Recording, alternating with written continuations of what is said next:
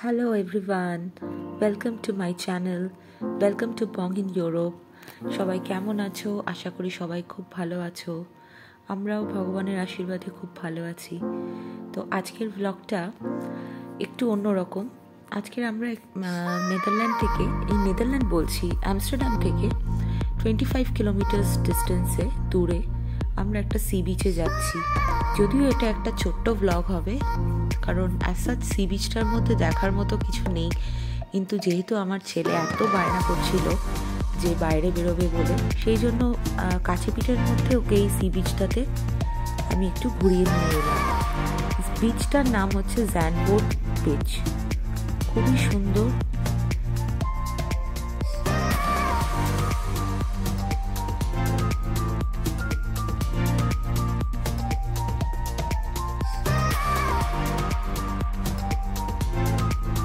যাবার পথে একটা বোথ সাইডসে কত গাছ দেখো। আমাদের কলকাতার মতো না যে গাছ মানে কেটে ফেলে, বাড়ি বানিয়ে নেয়, ফ্ল্যাট বানিয়ে নেয়। এখানে প্রপারলি এরা গাছগুলোকে মেনটেন করে, যার জন্য এদের ইকোসিস্টেমটাও এদের ব্যালেন্স থাকে এবং ক্লাইমেটটাও পলিউশন ফ্রি থাকে এবং ঠান্ডা থাকে, যেটা আমাদের কলকাতা বলো ইন্ডিয়া বলো সেখানে থাকে না। সেখানে এত অত্যাধিক মাত্রায় গ্লোবাল ওয়ার্মিংয়ের জন্য গরম পড়ছে গাছ কেটে দেওয়ার ফলে। দেখো এখানে বাড়িঘরও আছে, কিন্তু সাথে সাথে দেখো প্রচুর গাছপালাও আছে।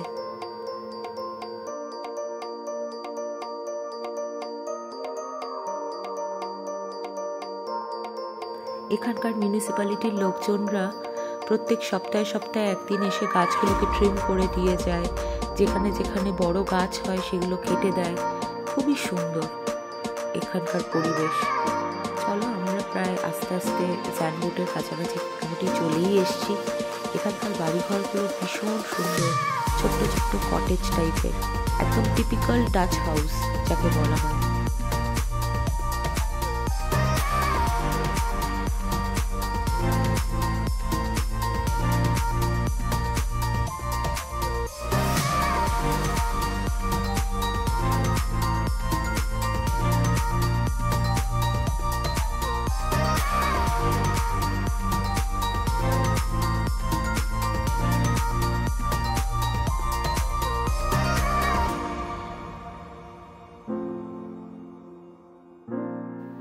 এখানে রাস্তার ধারে দেখো কি সুন্দর স্ট্রিট পার্কিং করে রেখেছে গাড়িগুলো, আর মাঝখান দিয়ে এই ছোট্ট মেরুন কালারের রাস্তাটা হচ্ছে ফর দ্য কার্স, আর পাশে দেখো আর একটা লাল রঙের একটা ছোট্ট লেন আছে, সেটা হচ্ছে ফর দ্য সাইকেলস।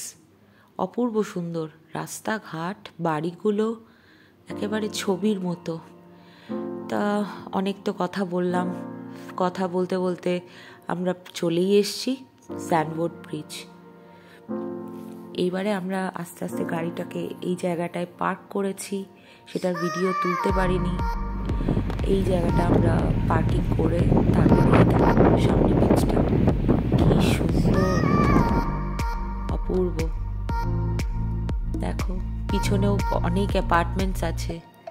এই যে লেখা আছে জ্যানবোট সেন্ট্রাম, এখান দিয়ে এবার আস্তে আস্তে নামবো। নেমে নিচটায় অনেক চেয়ার্স পাতা আছে, ছোট ছোট কয়েকটা রেস্টুরেন্ট মতো আছে, যে ওখানে চা কফি বা চা কিছু বেভারেজ যদি কেউ নেয় সেগুলো নিয়ে বিচে কিছুক্ষণ বসে থাকবে। তবে হ্যাঁ, এখানে কিন্তু আমাদের ওই দীঘা বলো তাজপুর বলো ওখানকার মতো কিন্তু এখানে কোনো উশৃঙ্খলতা নেই। এখানে সেফটি, সিকিউরিটি এবং এরা ভীষণভাবে রুলস অ্যান্ড রেগুলেশনস মেনে চলে। কেউ অসভ্যতাও করে না, কেউ কাউকে বডি শেমিংও করে না, কিচ্ছু করে না। এখানকার লোকেরা ভীষণ পিসফুল। চলো সামনেটা দেখো তোমরা।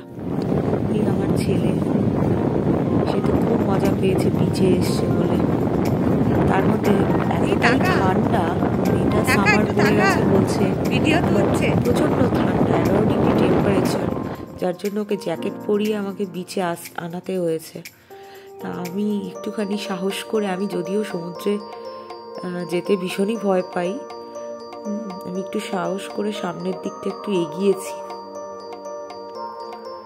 আমি আর ছেলে দুজনে একটা কোয়ালিটি টাইম স্পেন্ড করেছি আজকের দিনটা, বেশ ভালো লাগলো। কত সিশেলস।